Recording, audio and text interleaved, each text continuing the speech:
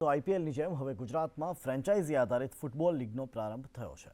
Gujarat state football એસોસિએશનની franchise આધારિત પ્રથમ football લીગનું આયોજન કરવામાં આવ્યું છે, જેમાં 10 રાજ્યોની ફૂટબોલ ટીમના ખેલાડીઓ ભાગ લેશે અને 6 ટીમો વચ્ચે ફૂટબોલની ગુજરાત સુપર લીગ રમાશે। રાજ્યસભા સાંસદ અને જીએસએફએના પ્રમુખ પરિમલ નથવાણીએ જીએસએલની ટ્રોફીનું અનાવરણ કરતા કહ્યું કે આ લીગથી ગુજરાતમાં ફૂટબોલની લોકપ્રિયતા વધશે।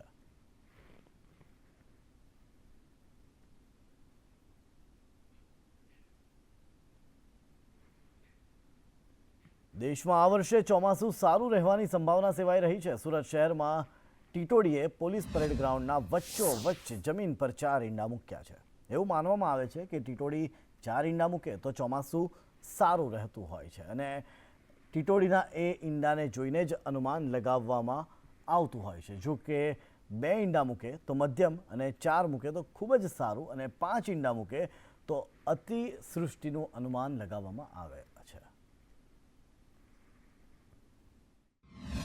હવામાન ખાતાની સાથે સાથે અંબાલાલે કહ્યું છે કે આ વર્ષે ગુજરાત રાજ્યમાં સારો વરસાદ રહેશે, પરંતુ આજે આપણે જ્યારે વાત કરીએ છીએ ત્યારે સુરત શહેરના પોલીસ પરેડ ગ્રાઉન્ડ પર તમને ટીટોડી પણ દેખાઈ રહી છે। સુરત પોલીસ ગ્રાઉન્ડના મધ્યસ્થના વચ્ચોવચ્ચ આ ટીટોડી છે અને મધ્યસ્થમાં ટીટોડીએ 4 ઈંડા મૂક્યા છે। આ સુરત શહેરના પોલીસ કમિશનર કચેરીના બાજુમાં આવેલું પરેડ ગ્રાઉન્ડ છે, જ્યાં આ ટીટોડીએ ઈંડા મૂક્યા છે। સામાન્ય સંજોગમાં એવું કહેવામાં આવતું હોય છે કે ટીટોડી જો 2 ઈંડા મૂકે તો મધ્યમ વરસાદ, 4 ઈંડા મૂકે તો ખૂબ સારું ચોમાસું અને 5 ઈંડા મૂકે તો અતિવૃષ્ટિનું અનુમાન માનવામાં આવે છે। જો કે અહીંયા આપણી સામે છે કે ટીટોડીએ 4 ઈંડા મૂક્યા છે, એટલે કે ચોમાસા અને ખેડૂતો માટે પણ સારા સમાચાર કહી શકાય, જે જાણકારોના કહેવા મુજબ છે। આ વર્ષે ચોમાસું સામાન્ય રહેશે એવું ભારતીય હવામાન વિભાગે પણ જણાવ્યું છે અને સાથે જ અંબાલાલે પણ જણાવ્યું છે કે ચોમાસું સારું રહેશે। કેમેરા પર્સન ભૂષણ ચૌધરી સાથે આઝમ સાલે, સંદેશ ન્યૂઝ, સુરત। ગૌહત્યા મુદ્દે આચાર્ય હરિદાસ મહારાજનું નિવેદન। ઘોષણાપત્રમાં ગૌહત્યા મુદ્દોને સમાવવા માટેની માંગ કરી। ચૂંટણી છે ત્યારે ગૌહત્યાનો કાયદો લાવવો જોઈએ। રાજ્યમાં ક્ષત્રિયો નારાજ હોવાની પણ વાત કરી। લોકો રૂપાલાના નિવેદનથી દુઃખી છે, હરિદાસ મહારાજે કહ્યું। સાથે જ કહ્યું કે ક્ષત્રિયો ગૌ માતા માટે પાળ્યા થઈ ગયા। ગાય અત્યારે દુઃખી છે, બીજું કોઈ અત્યારે દુઃખી નથી, ગાય દુઃખી છે। બધા વાતો કરે ભારતને વિશ્વગુરુ બનાવવા છે, આમ છે તેમ છે, વાતો બધી કરે છે, પણ જ્યાં સુધી ગાય દુઃખી છે ત્યાં સુધી ભારત ધર્મ વિશ્વગુરુ બની શકે નહીં। આ સનાતન સત્ય છે, આ વાસ્તવિક સત્ય છે। ક્ષત્રિયો ગાયના માટે માથું આપે છે। ક્ષત્રિય સમાજની આ નારી સમાજની વાત છે।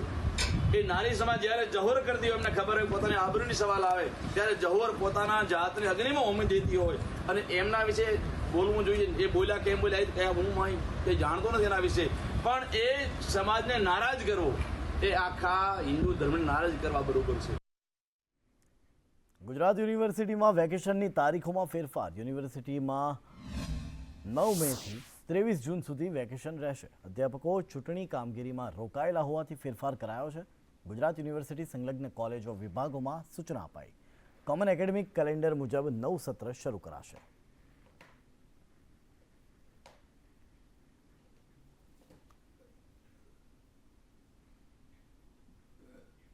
સુરતમાં રત્ન કલાકારના અંગદાનથી 3ને નવજીવન મળ્યું। બ્રેન્ડેડ યુવકના અંગ 3 લોકો માટે સંકટમોચન બન્યા। 41 વર્ષીય નવનીતભાઈ વસાણીના અંગોનું દાન કરાયું। હનુમાન જયંતિના દિવસે યુવાનના અંગોનું દાન કરાયું। હૃદય, લીવર અને બંને હાથનું દાન કરાયું છે।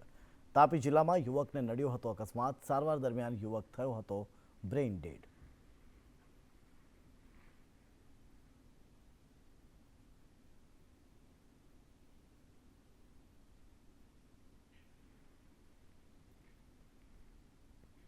જામનગરના જામજોધપુરમાં ભાજપના રોડ શોમાં વિરોધ। રાજપૂત સમાજે ભાજપના રોડ શોનો વિરોધ કર્યો। રોડ શો દરમિયાન જય ભવાનીના નારા લગાવી વિરોધ કરવામાં આવ્યો। વિરોધ કરી રહેલા ક્ષત્રિયોની પોલીસે અટકાયત કરી। 21મી સદીમાં કેટલાક ગામો હજુ પણ 15મી સદીમાં જીવતા હોય તેવું ચિત્ર જોવા મળી રહ્યું છે। અંતરિયાળ ગામડાઓને હજુ પણ વિકાસના ફળ ચાખવા નથી મળ્યા। પ્રાથમિક સુવિધાના અભાવે કેવી છે લોકોની સ્થિતિ, જોઈશું આ અહેવાલમાં।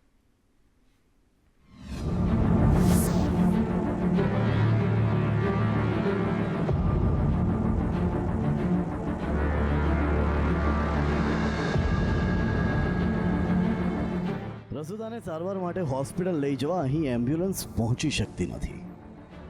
પ્રસૂતાને ખાટલામાં ઉચકીને પાકા રસ્તાઓ સુધી લઈ જતા આ દ્રશ્યો અહીં સામાન્ય છે.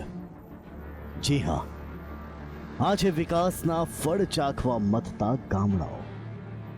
મહત્તમ આદિવાસી વસ્તી ધરાવતો છોટાઉદેપુર જિલ્લો કદ અને વસ્તીની દ્રષ્ટિએ નાનો જરૂર છે, પરંતુ અહીંના અંતરિયાળ ગામોમાં પ્રાથમિક અસુવિધાની ભરમાર છે. નસવાડી તાલુકાના સીમડિયા ગામના લોકો અન્ય કોઈ સુવિધા નહીં, પરંતુ માત્ર પાકો રસ્તો ઝંખે છે. તાજેતરમાં જ એક પ્રસૂતાને દુખાવો શરૂ થયો. આ મહિલાને સારવાર માટે હોસ્પિટલ લઈ જવાની જરૂરત પડી. એમ્બ્યુલન્સ તો આ ગામ સુધી પહોંચી ન શકી. પરિણામે પરિવારજનોએ પ્રસૂતાને ખાટલામાં સુવડાવી દૂર સુધી લઈ જવાની ફરજ પડી હતી. હા, અમારા સિમેરા ગામમાં અમને બહુ તકલીફ છે. આ ચૂંટણી વખત શું કહે, ગુજરાતને ગોખુર બનાવવાનું છે. તો આ ગોખુર છે, તમે આવીને જુઓ ને, અમને કેટલી તકલીફ પડે. ચોમામાં ગુઠાણ લગીને પગ ગટકી જાય, માથે ભાડો લઈને ચલાતું નહીં. બળદને અમે કેવી રીતે આગળ લઈ જઈએ? પછી કહે કે હું કાંઈ એમતા આ બધું રેગ્યુલર થઈ ગયું. અમારે અહીંયા વીજળી એકદમ નથી આવતી. અમે બધો માલ હુકાઈ ગયો, પછી રસ્તો નથી. અને શું કહે, ગોખુર્યું ગામ, ગુજરાત ગોખુર્યું ગામ બનાવવાનું છે. આ ગોખુર્યું લાગે તમને? પ્રસૂતા પિન્ટુબેનને ખાટલામાં એમ્બ્યુલન્સ સુધી લઈ જતી વખતે જ આ મહિલાને રસ્તામાં જ ડિલિવરી થઈ ગઈ. નસીબ જોગે આ મહિલાએ સ્વસ્થ બાળકને જન્મ આપ્યો, પરંતુ જો થોડી પણ ગફલત રહી ગઈ હોત તો મહિલા અને તેના બાળક પર જીવનું જોખમ સર્જાઈ શક્યું હોત. આજથી 15 દિવસ થયા છે કે ડિલિવરીના ટાઈમે મને ખાટલામાં ઉચકી અને ત્યાંથી દૂર સુધી લઈ ગયા. અને 108 આવે તો રસ્તામાં જ ડિલિવરી થઈ ગઈ. ને ખાટલામાં જ ઉચકીને લઈ ગયા 8-10 જણ થઈને.